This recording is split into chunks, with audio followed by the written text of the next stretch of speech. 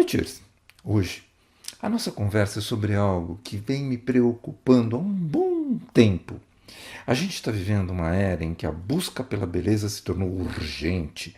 As pessoas querem transformações estéticas instantâneas, resultados imediatos, e acreditam que basta um toque de agulha, um bisturi, uma promessa de rosto novo para tudo se resolver. Mas a pergunta que não sai da minha cabeça é: a que custo? A recente morte do influenciador Júnior Dutra, um jovem saudável e cheio de vida que foi vítima de algo que está se tornando cada vez mais comum, a banalização dos procedimentos estéticos, acende um alerta que não pode mais ser ignorado. Até onde nós estamos dispostos a ir em nome de um padrão estético imposto pela sociedade? E, principalmente, porque a gente ainda confia os nossos corpos a profissionais que não foram formados para cuidar deles. Eu sou o Dr. César Isaac e você está no Amitié Talks, o podcast da Clínica Amitié. Nos primeiros meses de 2025, o influenciador digital Júnior Dutra, de 31 anos, que morava em São Paulo e produzia conteúdos sobre beleza, moda e dicas de estilo, acumulando mais de 120 mil seguidores nas redes sociais, passou por um procedimento conhecido como Fox Eyes, olhos de raposa numa tradução livre do inglês, utilizando fios de PDO para levantar a sobrancelha e o canto do olho. Esse procedimento foi realizado por um dentista, só que, desde então, Júnior relatava dores e sinais infecciosos em um dos lados do rosto. Assim que eu fiz o procedimento, senti como se fosse uma veia estourada do lado esquerdo do rosto, contou ele em uma publicação nas suas redes sociais. Esse processo se agravou nos meses seguintes, até que no dia 3 de outubro, Júnior morreu em decorrência dessas complicações. A sua morte gerou uma forte comoção entre seguidores e profissionais da área de saúde por se tratar de mais um episódio com desfecho trágico associado a procedimentos feitos fora do ambiente médico. Para além da tragédia pessoal, esse caso é também um reflexo da pressa de resultados, da cultura do agora e da ilusão de que beleza e saúde podem ser compradas num clique. A busca por um rosto mais harmônico, por traços mais definidos ou por um olhar perfeito se tornou quase que uma febre mundial. E não é difícil entender por quê. As redes sociais mostram uma avalanche de imagens retocadas, filtros e promessas de transformações deslumbrantes. E o que era para ser exceção virou regra. Segundo o relatório global da Sociedade Internacional de Cirurgia Plástica, a ISAPS, de 2024, o número total mundial de procedimentos estéticos, cirúrgicos e não cirúrgicos, ficou na casa de dezenas de milhões. No Brasil, esse setor continua crescendo, impulsionado pela busca de bem-estar e autoestima. Segundo o Euromonitor International, nosso país ocupa a 4ª posição no ranking global de mercados de beleza e cuidados pessoais, atrás somente dos Estados Unidos, China e Japão. Mas nós continuamos sendo o maior mercado da América Latina. Esse setor já movimentava 45 bilhões de reais por ano. E é claro que um share desses atrai cada vez mais ofertas de serviço. Porém, junto desse crescimento, vem um dado que preocupa, e muito. Um estudo científico multicêntrico conduzido pela Regional São Paulo da Sociedade Brasileira de Dermatologia e publicado na revista Dermatological Surgery em julho de 2025, cujo objetivo foi analisar complicações encontradas por médicos especialistas brasileiros em procedimentos estéticos realizados por profissionais não médicos, mostrou que cerca de 12,69% dos pacientes atendidos por esses médicos já haviam feito algum procedimento estético com não médicos. Em média, cada entrevistado tratou 5 complicações por mês e 17% delas resultaram em sequelas permanentes. Os casos mais frequentes incluem cicatrizes, em 78,7%, inflamações, em 72,15%, infecções e necrose, em 65,43%, sendo que muitas dessas complicações demandam tratamentos prolongados com até 3 especialistas diferentes e de 7 a 8 consultas por ano, geralmente envolvendo múltiplas cirurgias. O aumento de demanda e a falta de regulamentação adequada são os principais fatores que explicam o crescimento desse tipo de oferta. Em 2013, foi sancionada a Lei nº 12.842, também conhecida como Lei do Ato Médico, que determina que apenas médicos podem realizar procedimentos estéticos invasivos. Porém, foram excluídos dessa prática os procedimentos não invasivos ou os chamados minimamente invasivos, como aplicação de toxina botulínica, injeção de volumizadores à base de ácido hialurônico, uso de bioestimuladores e outros tratamentos reunidos sob o termo harmonização facial. Como a lei nunca foi clara sobre a prestação deste serviço, profissionais não médicos, como dentistas, biomédicos, farmacêuticos e técnicos em estética, começaram a oferecer esse serviço. Muitas vezes, depois de terem feito cursinhos rápidos, às vezes até online para treinamento. Associado a este fato, influenciadores digitais e profissionais da estética passaram a promover nas redes sociais esses procedimentos sem destacar a importância da qualificação adequada dos profissionais. Sem falar de tratamentos realizados em ambientes sem nenhum controle de esterilização ou equipamentos essenciais para o suporte à vida. Muitas vezes são salas improvisadas, estúdios de estética, apartamentos adaptados, até fundos de salão de beleza. Ambientes sem a mínima condição de garantir segurança de quem está ali confiando o seu próprio corpo e a sua vida. Parece que as autoridades responsáveis só conseguem agir corretivamente, ou seja, só tomam atitudes e nem sempre coerentes depois que acontecem as intercorrências, na maioria das vezes fatais. E para piorar, um cenário que já não era muito bom, recentemente o Conselho Federal de Odontologia anunciou que vai habilitar dentistas a fazerem cirurgias plásticas no rosto. As mais cotadas são rinoplastia, lectomia, plástica de orelha em abano, plástica de pálpebra e cirurgia de rejuvenescimento facial. De acordo com o Conselho Federal de Odontologia, a liberação vai ocorrer de forma gradual, a partir de uma habilitação específica que está em fase final de formulação. Segundo o dentista Cláudio Yukio Miyake, presidente do CFO, abre aspas, o interesse pelo ramo da estética é realmente um fenômeno sem precedente entre os cirurgiões dentistas. De acordo com dados publicados, a categoria fechou o ano de 2024 com mais de 4.000 registros de cirurgiões dentistas especializados em harmonização orofacial. A alta é constante e chega a 50% de crescimento no último ano.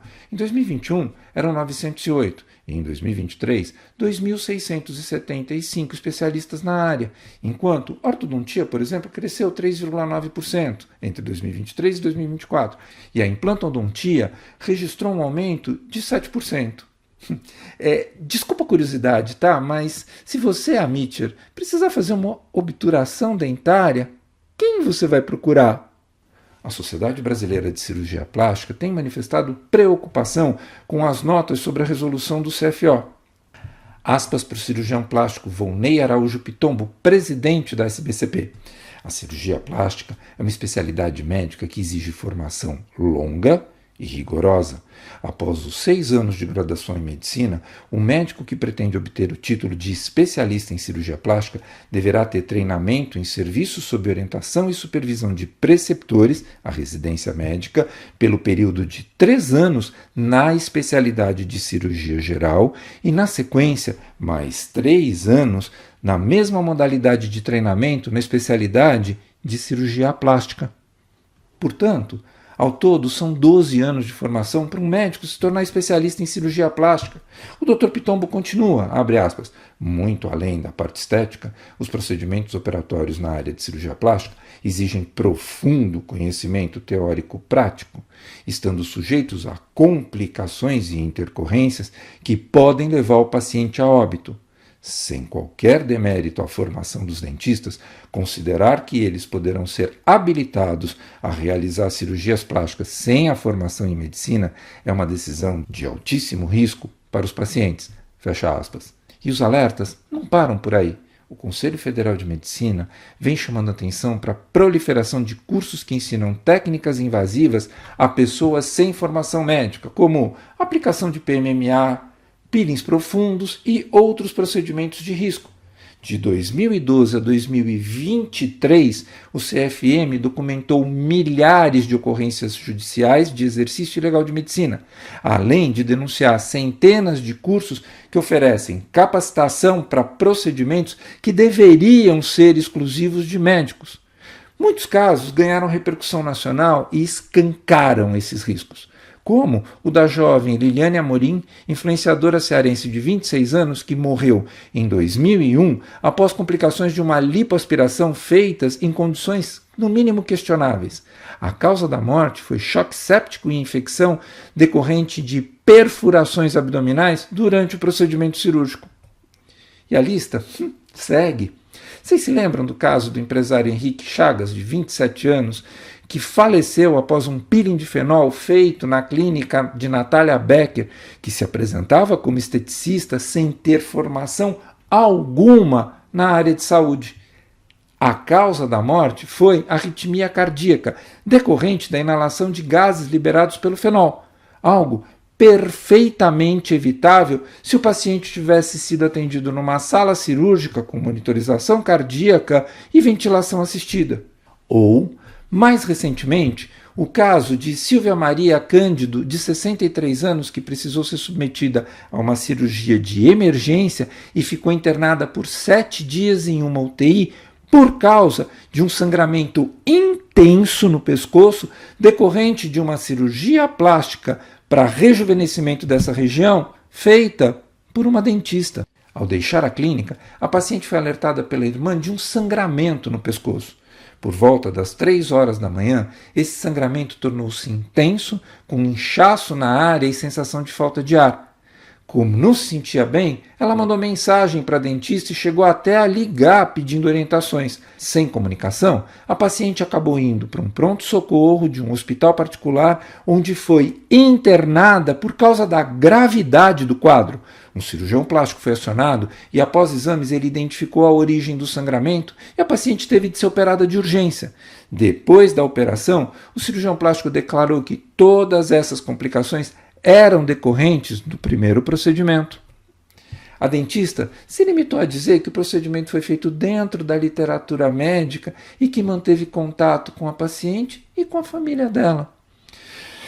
Exemplos de tragédias que poderiam ter sido evitadas não faltam, todas elas com pontos em comum: o descuido com a segurança e a ausência de estrutura médica preparada para agir quando algo sai do controle. Esses casos contam uma história que vai além da estética. Eles mostram o quanto a busca pela beleza, quando não vem acompanhada de responsabilidade e critério, pode transformar o sonho de se sentir melhor em um verdadeiro pesadelo. A internet nunca mostra que por trás de cada antes e depois pode existir um nunca mais. E daí vocês me perguntam, Amichers, com todos esses casos fatais, por que tanta gente ainda se arrisca? A resposta é triste, porque existe uma indústria da promessa que vende autoestima instantânea, rejuvenescimento em minutos, harmonização sem dor, sem riscos e sem limite. E a dor emocional de quem se sente inadequado encontra nessas promessas um alívio rápido. Mas, como todo alívio superficial, ele cobra um preço muito alto. Muitos desses profissionais usam discursos de empoderamento para conquistar seus clientes. Você merece se sentir linda. Confie em quem entende de estética. Os resultados falam por si. O triste é que o que deveria ser empoderamento não passa de exploração da vulnerabilidade alheia. Beleza, não é sobre consertar o que está errado, é sobre cuidar do que já é bonito, e isso exige conhecimento, ética e respeito. Na verdade, a estética deve ser uma extensão da saúde. Cuidar da aparência é também cuidar da mente, da autoestima, do bem-estar. Mas para isso, o cuidado precisa ser completo e principalmente seguro. Um bom resultado não começa com uma seringa, começa com uma escuta atenta, com uma avaliação criteriosa, com uma conversa sobre expectativas, limitações e possibilidades. Beleza? Não é urgência, é processo que exige cuidado, tempo e ciência. Amichers, só para terminar, o caso do Júnior Dutra, assim como tantos outros, não deve ser visto apenas como uma tragédia, mas sim como lições a serem compreendidas. Eles nos lembram que toda escolha envolve responsabilidade. Como médicos, nós precisamos continuar denunciando práticas inseguras e educando a população. Como sociedade, nós precisamos aprender a desconfiar do barato demais, do rápido demais, do fácil demais. E como indivíduos, nós precisamos entender que nada é mais bonito do que estar vivo e bem. Por isso, antes de perguntar quanto custa, pergunte-se: quem é que está cuidando de mim? Lembrem-se que estética, quando feita sem responsabilidade, pode tirar aquilo que ela devia preservar: a vida. Amichers, se esse episódio fez sentido para vocês, compartilhem com quem precisa ouvi-lo. Eu quero abrir esse espaço para opiniões diferentes. Eu acredito muito que o contraditório sempre engrandece as discussões. Então, sintam-se à vontade para se manifestar nos comentários. Eu estou ansioso para saber o que vocês pensam. Um beijo para cada um. Esse foi o Amitir Talks, podcast da Clínica Amitir.